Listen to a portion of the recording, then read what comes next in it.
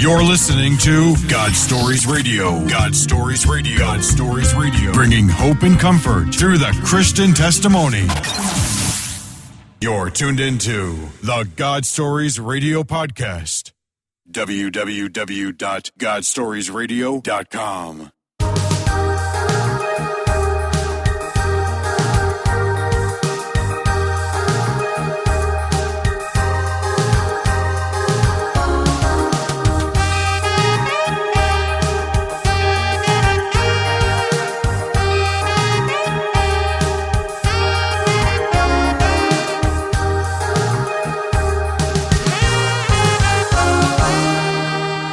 And welcome to God Stories Radio. This is session 35. I'm Fritz. I'm Mike. And I'm Trish.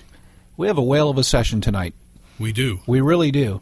We don't really have a guest. Well, Jesus is here. I was going to say. He's here. Yeah, he said he would come. You know, where two or more are gathered. We invited him in. There he is. And there he is. There's four of us actually here. Three of us that'll probably be talking, which is all right. Well, tonight we are just going to rap about the power of a praying husband, and Trish is going to bring the wife's perspective, which is very excited about. And the author is? Stormy O'Mardian, we have determined. You got that right. That's right. And for the record, that's the biggest Evian bottle I've ever seen in my life. What is that thing, like 5 gallons or what? It is 1.5 liters. Holy smokes. You're going to have to get up in the middle of the show. I drink that much every day. You're supposed to drink that much every day. Really? Yeah. How much is you supposed to drink every day? 1.5 liters. That's Canadian. That's it's got to be. But anyway, Mike's been teaching a series to a group of us men, The Power of a Praying Husband. And I kind of wanted to talk about it tonight, this being session 35. And I couldn't think of a better way to do session 35 than to talk about this. What do you think, Mikey? Well, you mentioned it. We didn't have a guest per se, so you had mentioned let's talk about the study we're doing at Real Men. And okay. And I said, wait a minute, I'm familiar with that. I actually taught that about a year ago. Yeah. From the woman's perspective, the power of a praying wife. So I'm glad that you did that, Trish, because I definitely want a woman's perspective. I mean, me and Mike can sit here and talk all day long about, how a man views things and things like that. But, the thing that I like the best about this book is, as you both know, I'm not a big prayer warrior. I mean, I'm a prayer warrior, but I don't like to say my prayers aloud. And this book has prayers that cover everything for your, for your husband. There's like, if your husband has problems with finances, if the problems are with his work, if the problems are with his affection towards you, his sexuality, whatever it is, this book has a prayer to address whatever that issue is. And I love that about this book. And as you can see, mine has like asterisks all over it and underlining and stars and pretty pictures. As it should. Yes, it should. I do got to talk about a personal experience concerning the book. It tends to reveal things. I'm a single guy. I know Mike's a single guy. Trish is the married one of the bunch. But, I've always heard that the book will prepare you on how to pray for your spouse and to teach you and train you in the ways of to care for her before she even comes. Well, I didn't realize that I had been carrying around this root of bitterness in my heart, and when Mike had actually come to me to co-teach it, and I said, sure, I'd be glad to do that. But the closer we got to it, the more angry I got, and I just didn't realize what was going on. And the first couple of sessions that we had, I thought, I'm just not the right guy for this, and I'm not going to sit and listen to a bunch of guys whine about their wife. You know, and we don't have them, and And they do. go home alone, right? That's right. That's what I was thinking. And as I told the guys the other night, I wished I would have had a chance to repair what I did wrong. Mm-hmm. Yeah, but I did not. So, I really had a bad attitude, but I never missed. I kept coming back, and even, I would heckle on the first couple of sessions, but, I'd look over the homework. I wouldn't do the homework. But I still read the book, and I was comprehending it, was still feeding my spirit. And then just about 6 weeks in, I realized, Fritz has got a problem here. And the Lord revealed to me that you've got some bitterness issues to deal with. And we need to handle that, right now. And so that's one thing that the book did for me, was showed me that I still had some baggage in my spirit life that I hadn't dealt with. Mm-hmm. I mean, it dug it right on out. And you called it out on Monday night. I did, and I knew you were going to ask me when you started that question. You went around the room and what has the session done for you? And I said, Mikey's going to ask me, and I'm going to have to be honest. But I did change the question to a certain form, but I didn't know what was going on. I did change it when I asked you. Yeah, as I hadn't shared that with you previously, Right. I don't believe. Right. But when I picked up the book to get ready for the lesson on Monday, I felt God tell me, and he said to me, ask each guy, who or why did you decide to take this class and do this study? And, there was everybody had a different answer pretty much. No, there was no mistake in that. No, there wasn't. But I also anticipated that the homework wasn't going to be done. And as I looked at it Sunday and saw the questions, now this happened on Thursday, God's question, and now Sunday I look at the questions and all, and I just anticipated that homework was either going to be done, the question didn't basically say ask your wife, was it did a couple of the times, but those questions definitely needed to be asked to the wife, what she thought, as opposed to you were thinking, well, okay. But Yeah, and here's the irony of it all. I have to thank you, Fritz, for one thing, because Fritz, we were talking around, I don't know, it was sometime in November, December, and he said, have you ever heard of A Power of a Praying Husband? It's a great book. You really ought to get it for your husband, Jim. And I said, you know what? I'm going to do better than that, because he's not a big book reader person. He said, I'm going to get it for him on audio, and he can listen to it on his way to and from work. I thought that'll be perfect for him. So I ordered it for Christmas. It came a little bit after Christmas, but I gave it to him. I said, this is a belated Christmas gift for you. I want you to take it and listen to it. Do you know that he actually came home to me 2 weeks later and said, we're going to be doing this study now. And he told me that Mike was going to be the one, and you were going to be the one teaching the class, and he was going to be taking the class. And one of the guys at Real Life had gotten a bonus check or something and said that he didn't want anyone to go without, and that he was going to buy every one of the guys a book so they would have it. Yeah, he sure did.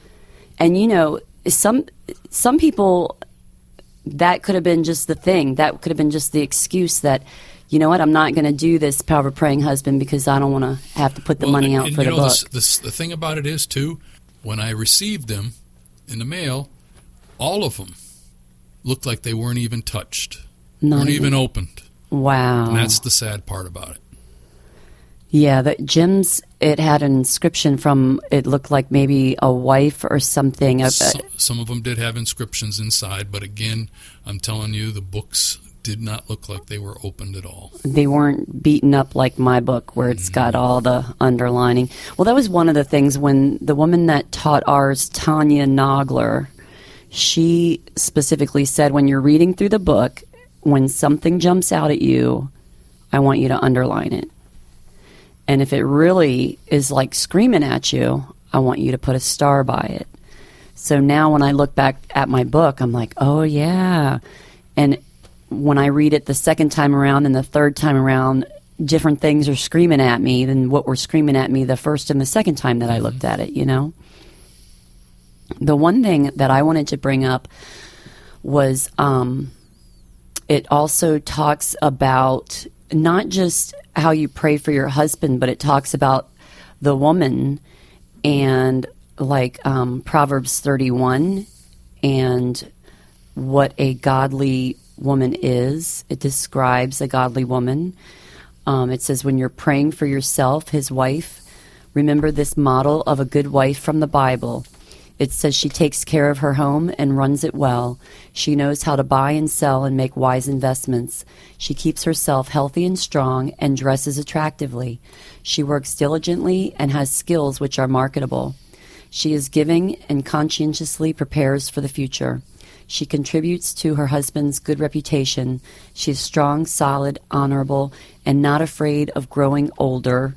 That one's underlined for me. She speaks wisely and kindly. She doesn't sit around doing nothing, but carefully watches what goes on in her home. Her children and her husband praise her. She doesn't rely on charm and beauty, but knows that the fear of the Lord is what is most attractive. She supports her husband and still has fruitful life of her own, which speaks loudly for itself. And that's from Proverbs 31. Mm-hmm. And it, you know, when we got together in our life group every week, we talked about how to be a better wife, so that your husband will be, I don't want to say a better husband, but you would, what's the word I want? It would not push him forward, but give him confidence to go forward. Right. To make them want to be a better man. You're a better woman to make him want to be the better man. Right. Exactly. And some of that is in this book as well, in the Prong of Praying Husband. And in the first set of chapters that we went through, it mentioned it quite a few times that, the book is called The Power of a Praying Husband, but it also mentions that you should be praying for yourself before you go any further. It does that several times in our book as well. Mm-hmm. And I love, we had homework. Every week we had homework. And I won't go into graphic details, but some of it was quite interesting. But my husband says, I don't remember you asking me questions when you were doing Power of a Praying Wife. And I said, well, I didn't tell you, okay, now I'm going to sit and do my homework. Now let's do this. I just had it like a conversation. You know, I asked him, is there something that you would like me to pray for? I'm doing this class, Power of a Praying Wife, and I want to know, is there something specifically that you want me to pray about for you? And that was it. I didn't... Right, and that's the same thing it asks in here. I didn't have the book there, just, you know, I just had it like a conversation. And then I said, do you remember when I was like putting little love notes in your lunchbox and taping up like cute little messages on the mirror in the bathroom for you when you got up in the morning? It was there for you. And yeah, that's when I was taking the class. So I got to break that book out and start. I was just going to say, has that stopped? Well, let's just say something that I always argue with myself quite a bit, and I never win. But you know, where she asks, why doesn't Michael ever have to change? Why am I always the one that has to change? I like it how God, you know, spoke to her and said, you know, kind of the same thing that you told Paulie right that night, that God's not really gonna. It's not that He won't honor you when you're obedient, but you're not going to see the full fruits of it until that forgiveness and that change of attitude is manifested in you. Right. And I think that's the whole reason I got involved with this. Right. Or I would have carried maybe that root of bitterness a lot longer. Well, to go back where the book came from, that time when some of the groups had the leaders weren't there, and this guy Eric came to our group, and he sat in our group, and then we were going probably well halfway into the time, and then I don't know, it touched upon something and something else, and then he brought that up, the power of a praying husband. And I'm riding home from that group that night, and all of a sudden it hit me, and I says, I'm supposed to get that book, aren't I? So I bought it, and I read it, and I said, wow. Yeah. And then as I'm reading it, about the second or third chapter, I heard God say, in my spirit, I need you to take this to the guys. So that's what I'm doing. And you know me, I've asked the question, too, why me? I'm not even married. Yeah. But like we said at the beginning, I think he's preparing me for God's gracious gift. These books, I mean, they're wonderful. If your marriage is in trouble, these books will cover it. If you're not even married yet, but you plan to be, it's got that covered. Mm-hmm. It just touches you wherever you are at when it comes to your marriage, or you're wanting to be married, right. Or, even if you have a good, solid, strong marriage, who could not use prayer? Amen? Right. And one of the guys in the group, and it's definitely what I'm going to do, he says he has his Bible right there in the nightstand by the bed. He says that book is going to live right next to it from now on. And I'm going to do the same thing. That book is The Power of a Praying Husband is going to be right next to my Bible all the time. Yeah, I was embarrassed because when you guys said we were going to do this tonight, I thought, where's my book? My husband's doing this study right now. He's praying for me, and I'm up at 3 o'clock in the morning. 3:29. To be exact. Looking for my book. So maybe mine needs to go back on my nightstand, too. I'll tell you, I keep it on mine. That's for sure. Because I learned some things about myself, nevertheless preparing for a spouse. Right. Mm-hmm. But I learned that I had to deal with some things that were pretty deep in there. Yeah. And I didn't like it. Mm-hmm. But, now that it's out, it's manifested, and I've dealt with it, man, what a release. Yeah. Oh. I could tell when you came out with it Monday night. I was a changed guy. And this book will change any husband that takes it to heart, for sure. It's one of those books, too, when you're reading it, you're just, like, you can't wait to get to the next page and see what else is there. I never looked at it as, got to do my homework. I mean, I remember my daughter was just, I think she was 2 years old when I was doing this last, and she would lay down for her nap, and I would lay down next to her, and I would be reading my book, and I was just waiting to see what was on the next page. And I really liked that the prayers and the way that they're set out. Like I said, there's something that covers everything. There's a prayer that covers every possible thing that could be going wrong and could be going right in your marriage. Mm-hmm. Do you guys want me to read a sample of one of the prayers? Sure. Okay. Just to give you an idea, because this is the one I like the best, because it's about power of a praying husband, power of a praying wife. This one is about his marriage. This is the prayer that you would pray to pray about his marriage. So it says, Lord, I pray you would protect our marriage from anything that would harm or destroy it. Shield it from our own selfishness and neglect, from the evil plans and desires of others, and from unhealthy or dangerous situations. May there be no thoughts of divorce or infidelity in our hearts, and none in our future. Set us free from past hurts, memories, and ties from previous relationships and unrealistic expectations of one another. I pray that there be no jealousy in either of us or the low self-esteem that precedes that. Let nothing come into our hearts and habits that would threaten the marriage in any way, especially influences like alcohol, drugs, gambling, pornography, lust, or obsessions. Unite us in bond of friendship, commitment, generosity, and understanding. Eliminate our immaturity, hostility, or feelings of inadequacy. Help us to make time for one another alone, to nurture and renew the marriage and remind ourselves of the reasons we were married in the first place. I pray that, and I wrote his name in, Jim, because she said, write your husband's name in there. I pray that Jim will be so committed to you, Lord, that his commitment to me will not waver, no matter what storms come. I pray that our love for each other will grow stronger every day, so that we will never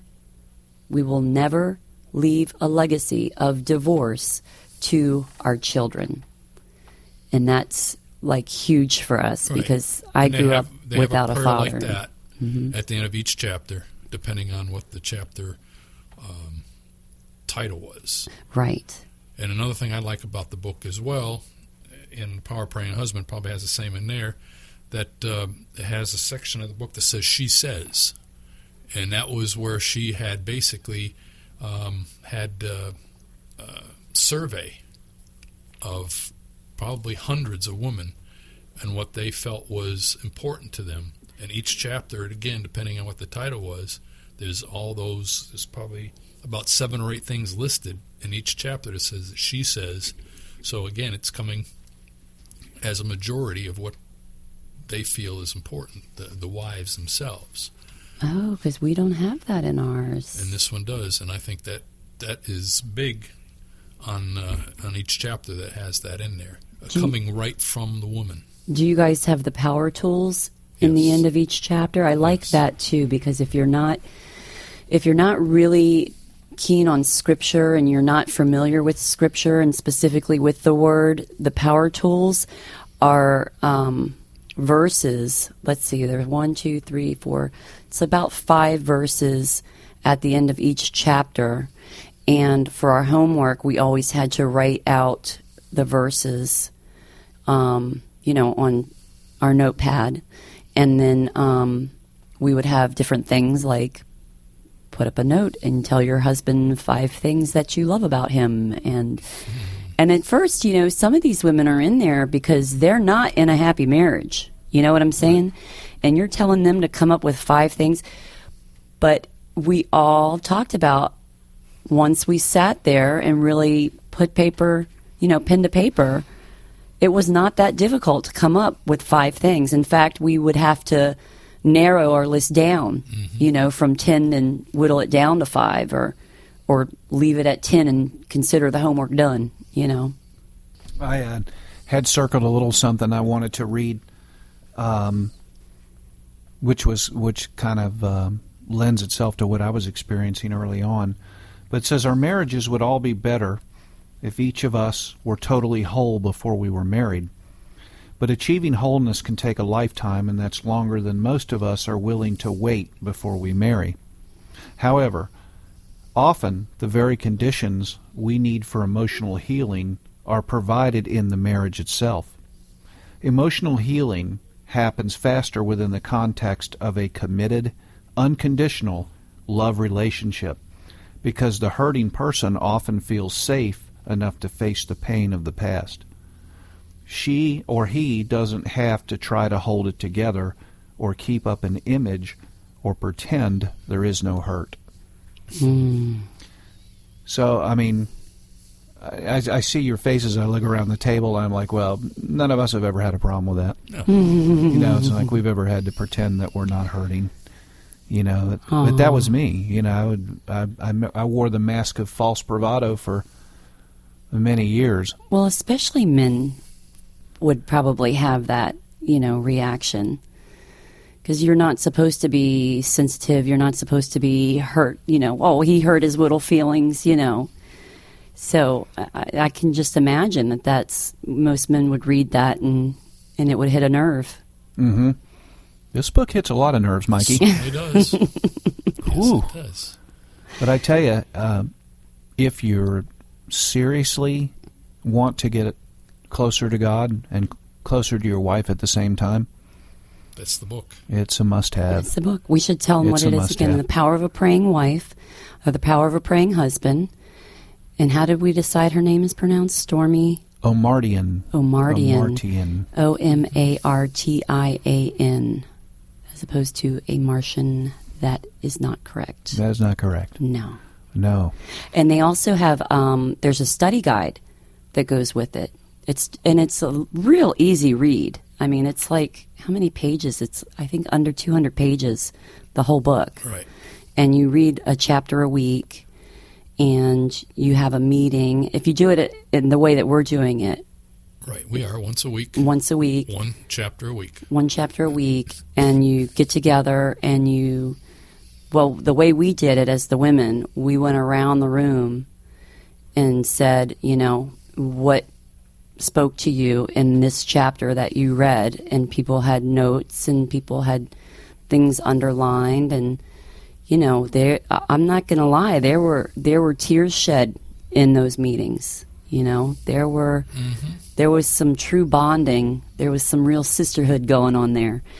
And if you want to do a good study guide or a book with a life group, that would be one that you would want to get. And I'm sure you can find it on eBay or Amazon, or buy it new, buy it used. Just buy it. Yeah, just get it. Just get it. Just get it. That's for sure. You know, I opened the show and I was amiss because I normally ask you how your week is, Mike. You usually do, don't you? I usually do, and I was so excited to jump into Power of the Praying Spouse that I forgot to ask you how your week was. So I'm going to ask you because I know something happened this week. Yeah, yesterday. Actually, a couple things went on this week. But yesterday, I have this Satan on my left shoulder. I call it my left shoulder, and I try to flick him off quite a bit. Oh. And he's always there telling me that, things aren't going to happen, and, you're no good, you're not doing enough, and so on and so forth. And, yeah, I'm denouncing him, using Matthew 6:10, and so I'm driving to work yesterday, and I'm going about 40 miles an hour down the road, and I'm almost there, about a mile away from the place where I work, and I see this. I'm coming upon this something was squished. I mean, squished, like a 18-wheeler must have come right over it because it wasn't small either. Squished in the road, and it was only about a foot on the other side of the divided line. And I'm going 40 miles an hour, and all of a sudden, as I'm getting closer to it, maybe... Oh, don't tell me it jumps up. 10 or 15 feet from where, by the time I got even with it, all of a sudden, in the view of my windshield, is an eagle. Ooh. An eagle flies down and starts to land and opens up its wings and stops right there where that thing is. And mind you, I'm going 40 miles an hour. There's no cars coming the other way, all right? And I'm only, by the time I get there and he gets there, I'm only about 4 feet away from him, and he doesn't flinch, not once. It just landed right there. I know that was exactly for me. I needed to see that. Wow. And the first thing that comes to mind when I see that was Isaiah 40:31. And Isaiah 40:31 goes, "But those who hope in the Lord will renew their strength. They will soar on wings like eagles. They will run and not grow weary. They will walk and not be faint." That was the first thing that jumped into my mind when I saw that. And I know for sure that was for me. Absolutely. That was unbelievable. Wow. Mm-hmm. Wow. Was it a bald eagle? Yes. Wow. It was amazing. I just, those take my breath away. When I see one of those out, because growing up as a young child, we would see them in nature preserves, and they would say... You won't see it. They would say, take an eye. In the middle of a road. They would say, take a good look at this, because you're never going to see one of these in the wild, because they were on the endangered species for years, years and years. And so when I see one of those in the wild, it takes my breath away. Yeah, I don't think there's a more majestic creature alive than that bird. It's in the Bible quite a few times. And the there's eagle. so many things you could read into that too. Absolutely, The shadow there of is. his wing, and just Oh yeah, but I know just go on for that all night. I know it was just for me. Oh, absolutely. Absolutely. That's the way God works. Yeah. Gives you what you need. Yeah. And there was another thing. I was reading, I'm going to a boot camp, a Wild at Heart boot camp by John Eldredge later on this month. And it's an advanced one. I've been to two of the others. And I just feel I needed to go. And before I even decided or thought I was even going to be able to go, I started to read the book again. It was just put on my heart to read the book. So I started to read it. Yeah, what's the book? Wild at Heart by John Eldredge. And I finished it 2 weeks ago. And after I finished it, I was said, read it again. I feel God said, read it again. Again? And you said again? So I did. And then so I read it again, and I just finished it again today. Wow. And because I only read one chapter at a time to let everything soak in and not go too far ahead and lose. So I read it the first time I read it, and nothing happened. I read it, and of course, I read it a few times already. So yeah, the same stuff. But this time, the second time I read it, there was one sentence that just jumped right off the page at me, like you wouldn't believe. And chapter 8, it was at the end of one of the sections. Let people feel the weight of who you are and let them deal with it. And that was just a wow for me. It was. So then I went back later after I told a couple of guys about it and looked at to see the context of it. Mm-hmm. And it goes like this. The world of posers is shaken by a real man. They'll do whatever it takes to get you back in line, threaten you, bribe you, seduce you, undermine you. They crucified Jesus, but it didn't work, did it? You must let your strength show up. Remember Christ in the garden, the sheer force of his presence. Many of us have actually been afraid to let our strength show up because the world doesn't have a place for it. Fine. The world's screwed up. Let people feel the weight of who you are and let them deal with it. And that just jumped big time at me. I don't know. Maybe somebody needed to hear that. Oh, I did. So I've been all week long. I've been so excited because I've gotten so much feedback from the show, from different sessions, and just people saying, wow, that was something I really needed to hear. I really needed to hear that this week, or so I'm excited that it's touching people. Well, that's our whole agenda. It is. We don't have any other agenda except for that. But how do they contact us? They can contact us on the website, which is godstoriesradio.com, or at the Gmail, godstoriesradio@gmail. Also, we're on Twitter, Facebook. Oh, not on Instagram. Not on iHeartRadio yet. Yep. Still, we applied for iHeartRadio, but I haven't heard from them yet. We will. They want us. They just don't realize it yet. Not yet. Yeah. So, but Mikey, I got to ask you, when it says to let people feel the weight of you, is that more or less just what am I trying to say? I was let go heavy-handed? Yeah, your personality, what's your beliefs? Absolutely, all of that. You don't try to hide it. You don't try to sweep it under the table. If somebody hurt you or said something wrong to you, don't say, "Oh, that's okay." Don't worry about it.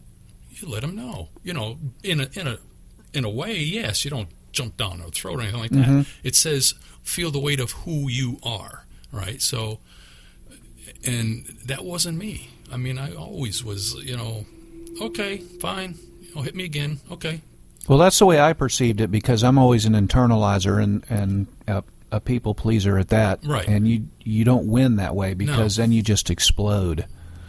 So, you're a doormat, right, well, and then, yeah. And, and I've been, if you've heard my testimony, I was probably the biggest introvert you ever would have wanted known. And listen to me now. I know, I can't even believe that. And And it has. I've been, God's been working in me and changing me. Oh, for sure. huge. And- You're like and again- leading a Oh group. my How many gosh, guys yeah. are in your group?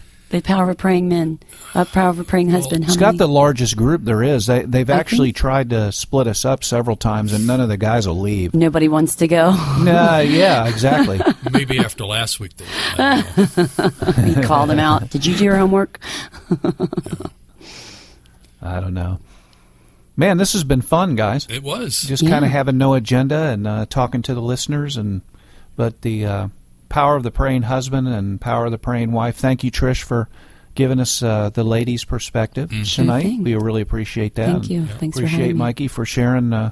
He's been the facilitator of this for the last 6-7 weeks, something like that. Yeah, 7, 8. We have to do 7 all over again because Yeah. Well, that was planned. it was.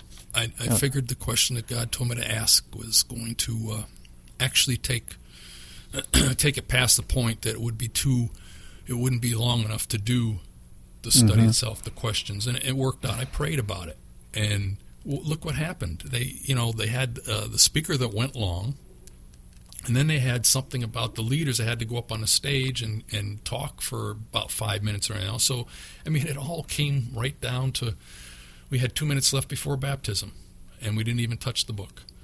Wow. So, Well, and if any of the listeners want to actually prepare like a guide to go along with the study, like which chapters you want to read for which weeks, like for example, the syllabus, I call it a syllabus that I have, is for 9 weeks. the Power of Praying Husband comes with a study guide. I mean, it's separate, but there is one.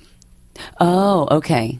This is just so you have like an intro class, and then the chapter 1 and chapter 2 is second class. So you have class 1, class 2, class 3, like that. We just go by the chapters, and again, there is another book the same size as the book, called the Power of Praying Husband Study Guide. Study guide, okay. And it has the questions, and it's like 10 questions each chapter. Oh, is that what you guys are doing for the homework? Oh. And you've seen those questions. Yes, I have. They come from the study guide. I didn't know that's where they came from. I thought you made them up. Oh, I wish I did. Oh, they'd be a lot easier if Mikey made them up. Yes, they would. Yes, they would. I thought you just had your work cut out for you, Mike. How do you ask your husband to take out the trash? So, hey, we want to welcome Tina tonight for coming on the show. Well, she Hi, hasn't been Tina. on the show, but she's been sitting here with us, and Tina heads up the Soul Singles Ministry at Real Life. Wow. Yeah, she's taken that on, and hats off to her. Yeah, Wow. that's. Yeah. How big is that group? Have about maybe 50 followers on Facebook and probably another 50 through the In Fellowship site on the church. So we get Wow. emails out to everybody who's hooked up with us on the church website, and then people who are just following our page get information, daily, So it's weekly. the singles group. Wow. Yeah, it's been a lot of fun. We're going to give Northland a run for the money, huh? Well, I promised I wasn't going to call on her to speak, and she's going to kill me after the show. I'm but sorry. I just wanted to promote the singles ministry for any of you listeners, especially if you're local. For a long time, in my opinion, I'm single. Mike is single. It just gets overlooked, in my opinion. And then, In the my daughter's church. getting ready to be 18, and she'll be too old to go to Catalyst and not old enough really to be involved with another ministry. So it's the young adults and even the older adults like me that a lot of times get misunderstood and overlooked. Sure. And Tina's done a really, really good job at putting a core group of people together to get the singles ministry off the ground. I've And heard good things. Yeah, what I really like is that we have really put an emphasis on family. So, because a lot of us are single parents. Mm-hmm. So everything that we've done thus far has included our kids. And we went to Casting Crowns the other night, and I could talk about that for a whole session. I'm so jealous. Oh my God, it was good. Laura Story and for King and Country.